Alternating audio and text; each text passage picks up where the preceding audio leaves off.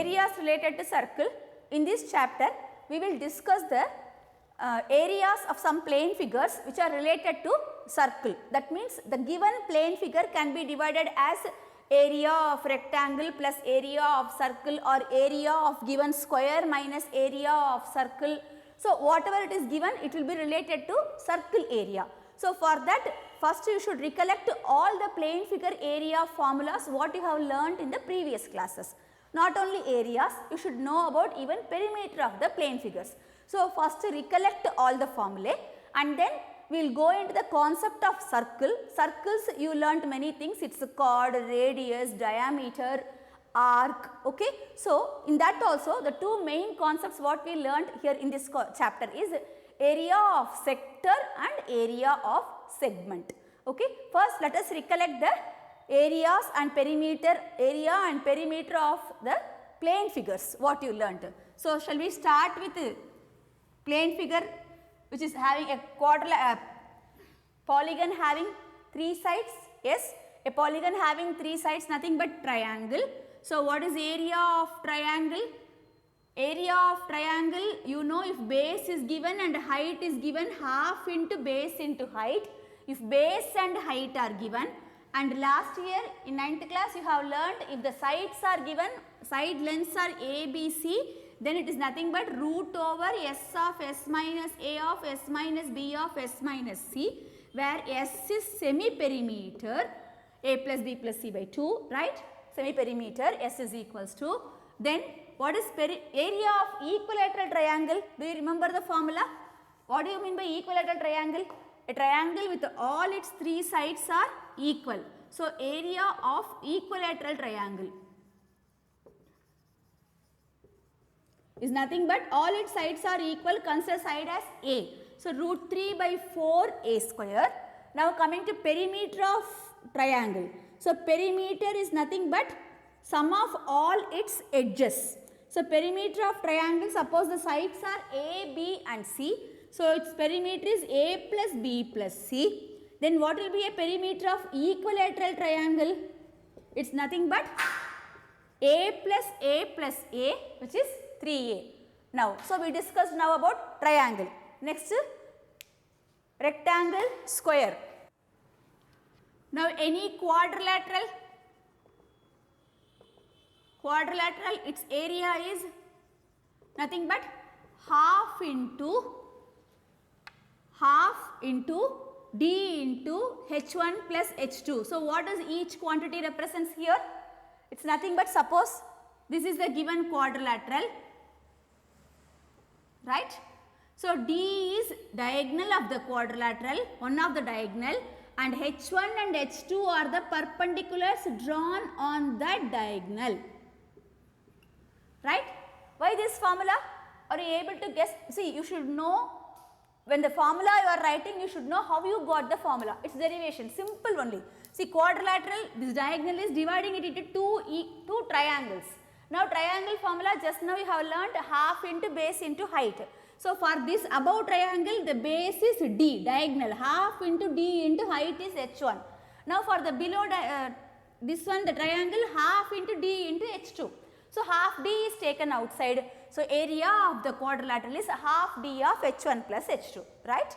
Next, so first quadrilateral, general quadrilateral. So, what about area of trapezium? So, area of all what you have learnt in the previous classes, just we are recollecting. So, area of trapezium half into H into A plus B. So, what do you mean by trapezium? Trapezium is from the quadrilateral, trapezium is a quadrilateral having one pair of sides as a parallel. So, what does this H represents? H represents the distance between these two parallel sides. Then what is this A and B? So, A are the parallel sides. Okay. So, now even here also how we are getting this one when we will draw diagonal here. So, this divides into two triangles. For this triangle, the height is common for both the triangles. For this triangle, you will take the base as A. For this triangle, the base is B. So, you will get for this triangle, it is half into A into H, half into B into H. That is why half H of A plus B, right. Next, area of rhombus. So area of rhombus half into d1 into d2. So it is nothing but half of product of its diagonals. Okay. In this form, can you give the area? See, what is the difference between rhombus and square? Can you say? The rhombus is now diagonals d1 here, another diagonal d2, right? A rhombus will change into square. When we will say the rhombus is changing into square, the difference between rhombus and square is already diagonals in rhombus is bisect and they are perpendicular. Okay? When the rhombus diagonals are becoming equal, then we will, then we will call it as square.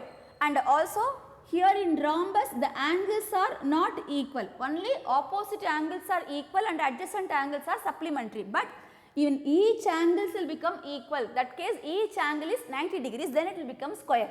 So in diagonal, based on this one, what is the area of square means based on diagonals.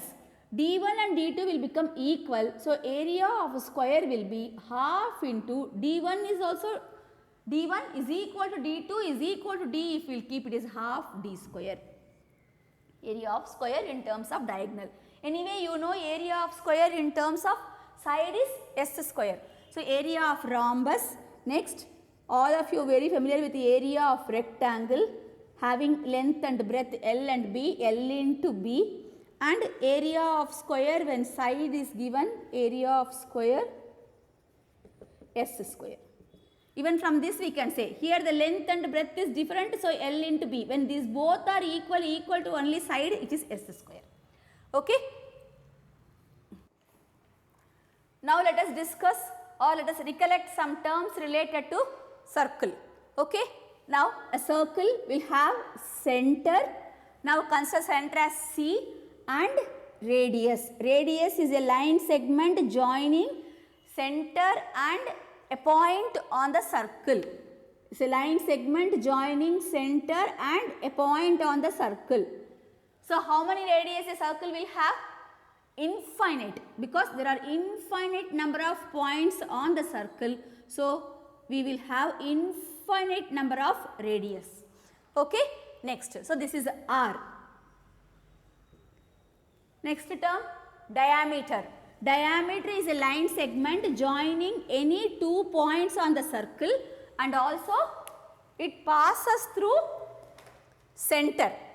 We can say in another, so many words are there, so many ways we can define it. So first we will define it as a diameter is a line segment passing through center and joining any 2 points on the circle.